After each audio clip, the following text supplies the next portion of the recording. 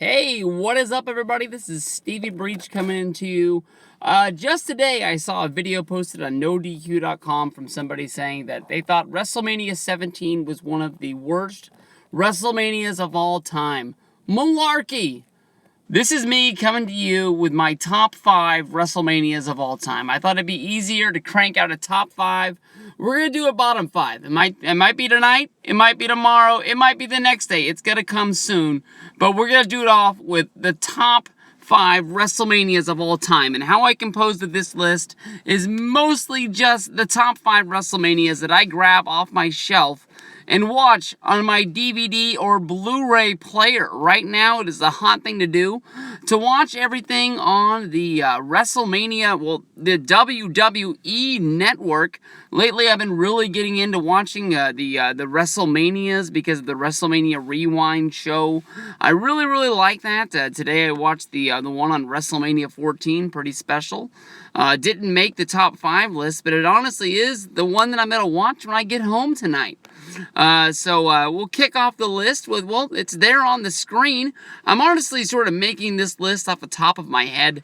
I have some notes in my hand, but I just really scribbled down 5 WrestleManias that I would want to watch tonight if I was doing like a extravaganza. Now in my head, I have to put them all in order. WrestleMania 28. I was fucking fired up for this mania. I was going bananas. Honestly, when I really think of this, I really just want to sit down and I want to watch Rock versus Cena. Honestly, I thought that this had an awesome build, all from WrestleMania 27, even before, from the night that Rock came back and was announced as the host. This was the match we wanted to see. I mean, 27 was a good Mania, but we wanted to see Rock versus Cena. We had to wait another year, basically, because they didn't announce the match until the Raw the night after in the big thunderstorm in the Phillips Arena there. Y'all remember. I was there. But basically, 28 to me, when I sit down to watch it, I want to watch Rock versus Cena. They made their own little documentary about it. That was good. That was great. You got the Hell in the Cell. You got the Undertaker versus Undertaker versus Triple H. Shawn Michaels is the referee. You got the, this was the end all of an era. It was the, what the hell did they call that match? But to me, honestly, when I think about the Manias, I want to watch those 2 matches. Honestly, to me, Punk versus Jericho didn't live up to what I thought it was going to. I was too worried about the Lost Kid out there. I can't really think of any other things that were on this Mania. I know they really tried to give Big Show a WrestleMania moment. Honestly, I think he might be reliving and trying to recreate that moment this year at WrestleMania 30. Kane got the big win over Orton. And that's about it. But number 5 on my list, WrestleMania 28, Rock versus Cena. All right, here we are, number 4 on the list. I'm going with WrestleMania 17.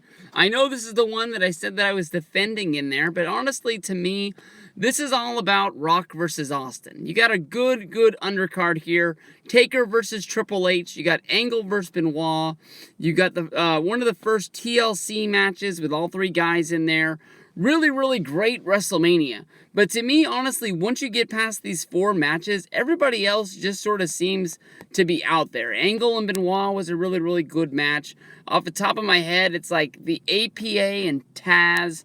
You got Chyna versus Ivory, which I guess is like a big moment for Chyna, but really it was like goodbye because she really never did anything ever again in wrestling after that match. But Rock versus Austin was huge. I mean, I think everyone can remember the Limp Bizkit song and the music video that went along with it. Every time, they were playing that huge guitar and the drums would go off, you'd see, one more time them fighting, just banging the shit out of each other. Rock hits Austin, Austin hits Rock. I almost like the fucking music video more than I like the match. The match that WWE liked us to forget, Biker Undertaker versus Triple H. This one, to me, honestly, stands the test of time. I mean, it really is. It's right there. You can put it next to 27. You can put it next to 28. It was before the streak was the streak, so nobody was really counting the Undertaker wins. But Taker gave everything to Triple H. I mean, he gave him the big choke slam off of one of the huge high rises. I don't know what the hell to call them. The big things that they set up to shoot the cameras. But this was when wrestling went back to the huge stadiums, the Astrodome. I honestly was I was 18 at the time, off the top of my head, I'm guessing, and I really wanted to see this WrestleMania. I thought that this was going to be something special. I didn't know how to plan a trip, or I would have been there. I mean, I was telling people I wanted to go. I would have had to drive my Chevy S10 all the way from Atlanta, Georgia, get on the Highway 20, over on the Highway 10, cruising on into Houston. God, I'm so jealous of Jim Nye. Jim Nye was able to pull this off. He's got the awesome pictures to prove it. But WrestleMania 17, number 4 on my list. Number 3 on the list, we're going to move to WrestleMania 23. WWE invades Detroit for one more time, heading back over to Ford Field, basically down the street and around the corner a little bit from the Pontiac Silverdome, home of WrestleMania 3. Hogan versus Andre. Everybody knows the rumors that, Hogan was supposed to be on this show, fight the Great Khali. Man, that would have improved this one's undercard, but this one, was saved, ECW to me always sort of gets like a bad rap. I really liked this show. I didn't understand the booking of giving the ECW guys that WrestleMania moment. The ECW fossils rolled out there. You got Sabu, Rob Van Dam, Sandman, beating the Stars of Tomorrow. I mean, none of these guys really panned out.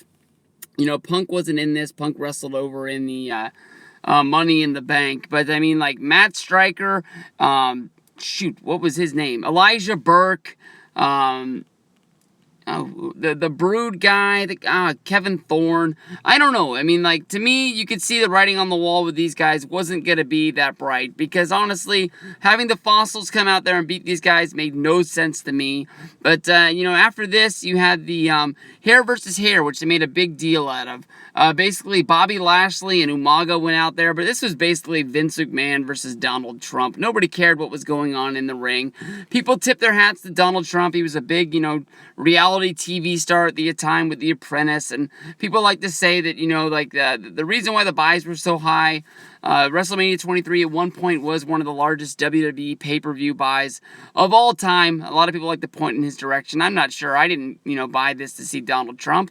I didn't buy this to see fucking Vince McMahon get his head shaved. I wanted to see Batista versus The Undertaker, a match that honestly I thought should have been the main event. Went out there, they burned the house down, and Batista, as he went through the curtain, yelled at everyone for to hear, "Follow that." An awesome fucking match. One of the best Batista matches in my mind. And then you also have, John Cena getting one of the biggest wins of his career, one of his best wrestling matches of all time, wrestling Shawn Michaels, filling in for Triple H after his injury, and, main eventing the show, Mr. WrestleMania himself, tips the hat to John Cena, gives him a huge big win. WrestleMania 23, number 3 on the list.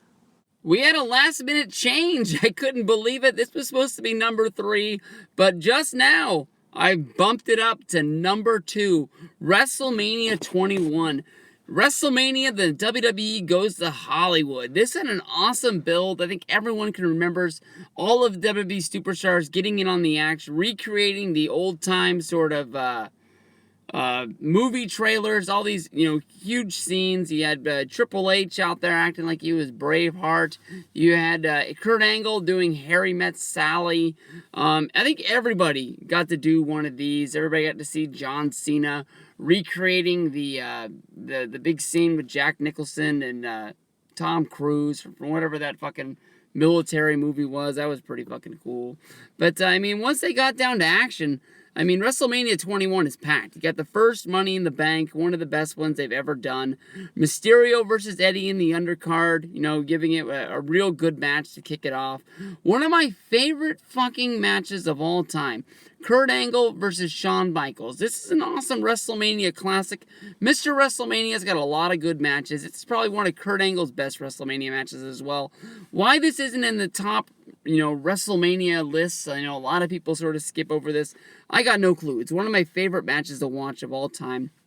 Taker versus Orton. Orton pushes Taker to the limits. A lot of people thought that Taker, had his number read, that basically they were going to give Randy Orton the legend killer status. They were going to let him beat the streak. That would have been a huge feather in his hat. Who knows? Would people respect Orton more, or would they hate him more today if he would have beat the streak? And then, the big one, Batista versus Triple H. Honestly, when I think of Batista versus Triple H, I always think of their Hell in the Cell match more than I think of this one. But basically, this is Batista coming out of the shell from behind Triple H, taking over as the leader. He'd broken off from Evolution. There was none of that to have. But I mean, he was the new guy that WWE was going to move into the direction. He was to take over.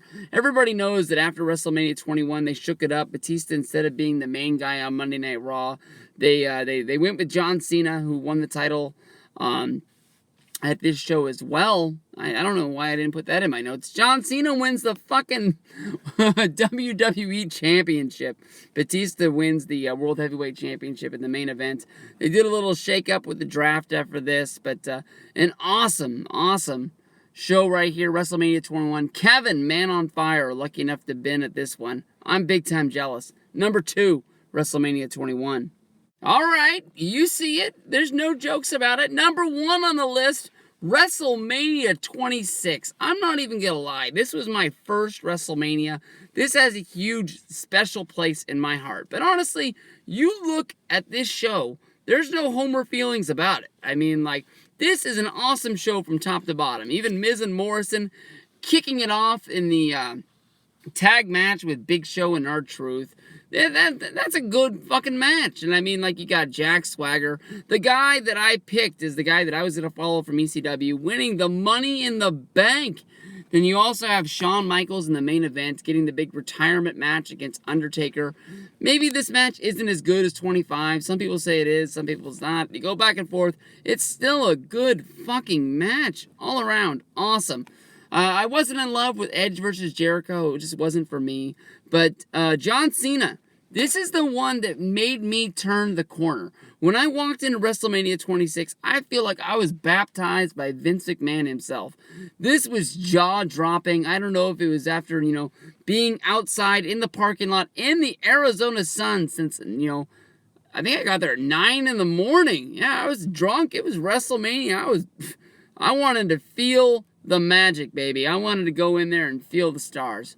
But basically, John Cena made me turn the corner. I was one of those guys that hated Cena like almost everybody else out there. But me seeing him wrestle Batista and get the win, maybe it means more to me than it does anybody else. But basically, this was the first time that he beat Vince's guy.